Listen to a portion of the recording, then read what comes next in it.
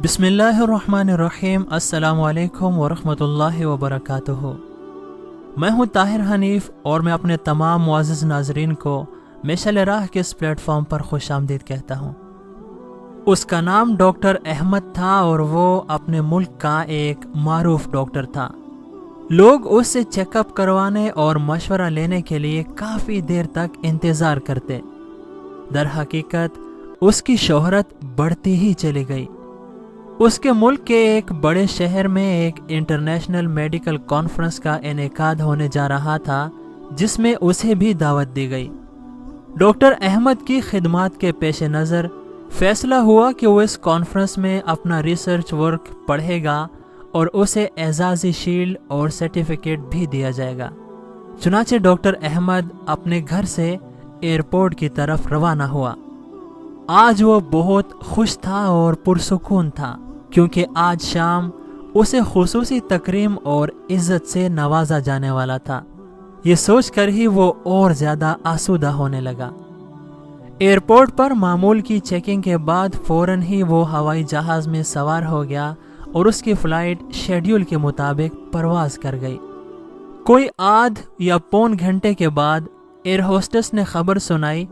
वो ऐलान कर रही थी कि मुअज़्ज़ज़ हज़रात, हम माज़रत ख़्वाह हैं कि तैयारे में फ़नी ख़राबी की वजह से मजबूर होकर उसे करीबी एयरपोर्ट पर उतारा जा रहा है। हमारे पास इसके सिवा कोई चारा कार भी नहीं है। चुनाचे फ़्लाइट बग़ैर किसी दुश्वारी के करीबी एयरपोर्ट पर उतर गई। मुसाफिर जहाज़ से उतरकर लाउंज में चले गए और डॉक्टर अहमद भी दीगर मुसाफिरों के साथ तैयारे के दुरुस्त होने का इंतज़ार करने लगे।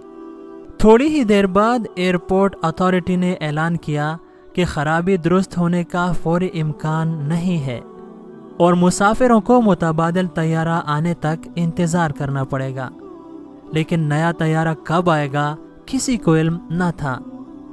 फिर कुछ देर बाद ऐलान हुआ कि मुतबादिल तैयारा तो कल ही आ सकता है, इसलिए हम आपसे निहायत माज़रत ख़्वाह हैं। बज़ाहिर ये एक नॉर्मल ऐलान था, लेकिन डॉक्टर अहमद के लिए ये ऐलान निहायत तकलीफ देह और चौंका देने वाला था। आज की रात तो उसकी ज़िंदगी की बहुत ही अहम रात थी। वो कितने ही हफ्तों से इसका मुंतज़िर था, क्योंकि उसकी तकरीम होने वाली थी।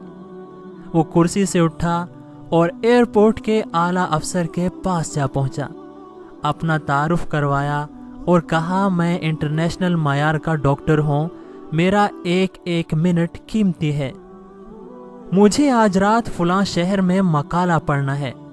पूरी दुनिया से मंदुबीन इस सेमिनार में शिरकत के लिए आए हुए हैं और आप लोग हमें यहाँ ये खबरें सुना रहे हैं कि मुतबादिल तैयारा 16 घंटे बाद आएगा। ये सुनकर उस मुताल्लिका अफसर ने जवाब दिया, मोहतरम डॉक्टर साहब, हम आपकी इज्जत और कदर करते हैं। हमें आपकी और दीगर मुसाफिरों की मुश्किलात का बखूबी अंदाज़ा है, लेकिन ये हमारे बस की बात नहीं है और ना ही तैयारा फराहम करना हमारी जिम्मेदारी है। अलबत्ता वो शहर जहां आपको कॉन्फ्रेंस में शिरकत के लिए जाना है, ज़मीनी रास्ते से फ़कत 3 या 4 घंटे की मुसाफत पर है। तो अगर आपको बहुत ही जल्दी है तो एयरपोर्ट से किराया पर गाड़ी हासिल करें और ख़ुद ड्राइव करते हुए मतलूबा शहर पहुंच जाएं। नॉर्मल हालात में डॉक्टर अहमद लंबी ड्राइव पसंद नहीं करते थे, मगर मजबूरी थी और उनके पास कोई मुतबादिल सूरत भी तो नहीं थी। उन्होंने ऑफिसर के मशवरे को पसंद किया और कार किराया पर लेकर मुताल्लिका शहर की जानिब आज़िम सफ़र हो गए। उन्होंने कुछ ही फासला तय किया था कि अचानक मौसम ख़राब होना शुरू हो गया और आनन फानन सियाह घने बादलों ने सारे आसमान को ढांप लिया। इस पर मज़ीद आफत ये कि तेज़ आंधी भी शुरू हो गई और देखते ही देखते ज़ोरदार बारिश होने लगी। हर तरफ अंधेरा छा गया और आहिस्ता आहिस्ता वो राह से भटकने लगा। उसकी गाड़ी का रुख किसी अनजाने गलत सिमत मुड़ गया था, लेकिन मौसम की खराबी के बायस उसे अंदाज़ा ही न हो सका कि वो किधर जा रहा है। उस अनजान रास्ते पर 2 घंटे की मुसलसल ड्राइविंग के बाद उसे यकीन हो गया कि वो रास्ता भटक चुका है। उधर भूख और थकावट का एहसास भी उसे सताने लगा था और उसके पास खाने पीने की कोई खास चीज भी नहीं थी।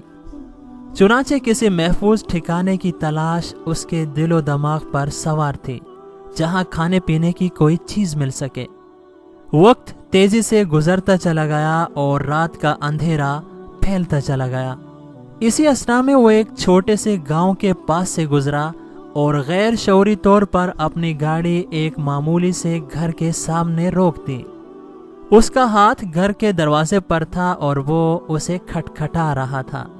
जब ही अंदर से एक बूढ़ी औरत की कमजोर और नातवा सी आवाज उसके कानों में पड़ी, जो कह रही थी, बेटा जो भी हो अंदर आ जाओ, दरवाजा खुला है।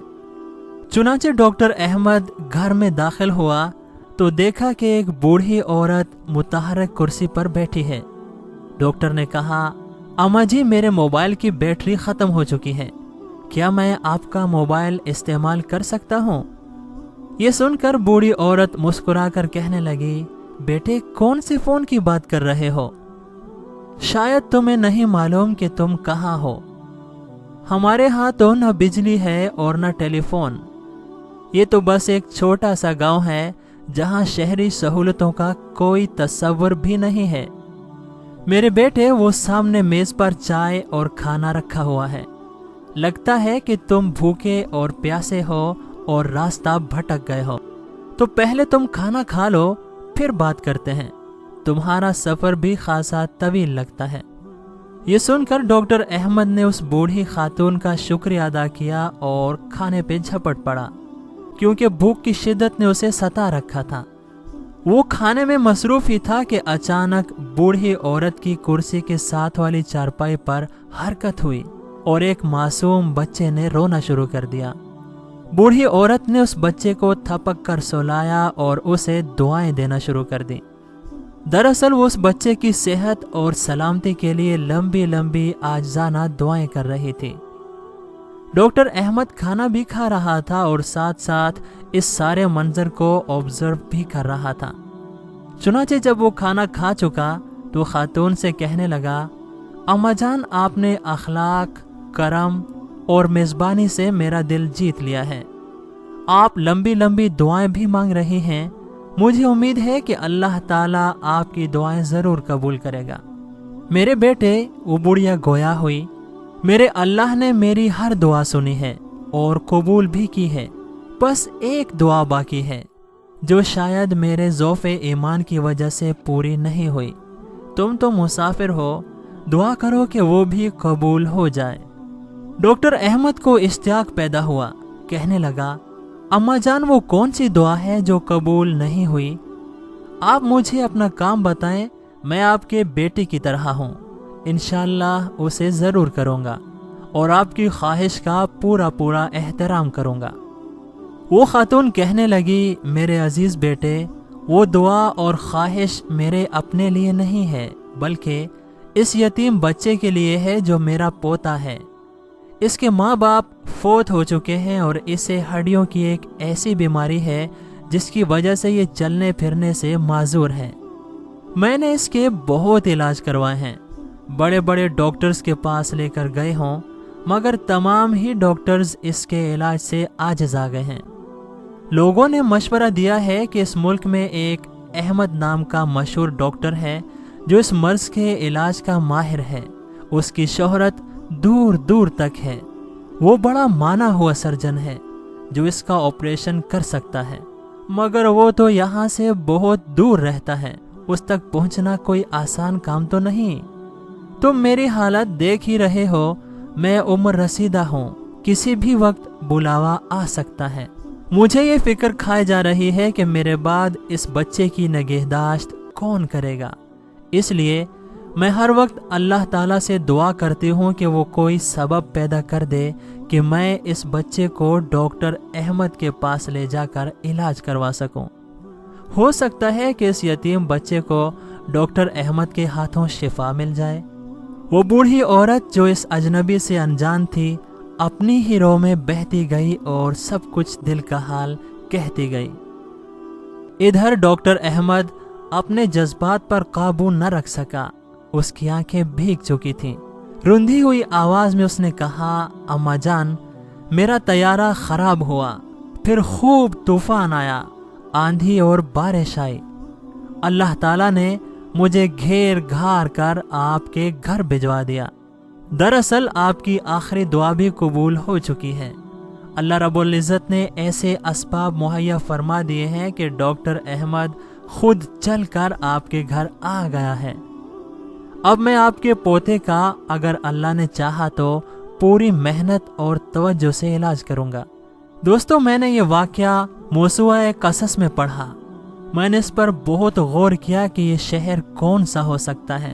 तो मेरे अपने अंदाजे के मुताबिक डॉक्टर अहमद रियाज या अबहा के लिए रवाना हुए और जहाज़ ख़राब होने के बाद गालिबन उसे ताइफ के एयरपोर्ट पर उतार लिया गया होगा। वल्लाहु आलम। तो ये थी आज की वीडियो, जो कि उम्मीद है आपको ज़रूर पसंद आई होगी। तो इसे लाइक कीजिए और अपने दोस्तों के साथ शेयर करना ना भूलिए। हम आपके साथ मिलेंगे एक और निहायत ही खूबसूरत वीडियो के साथ। तब तक अपना ख्याल रखिएगा और हमें दुआओं में याद रखिएगा। अल्लाह हाफिज़।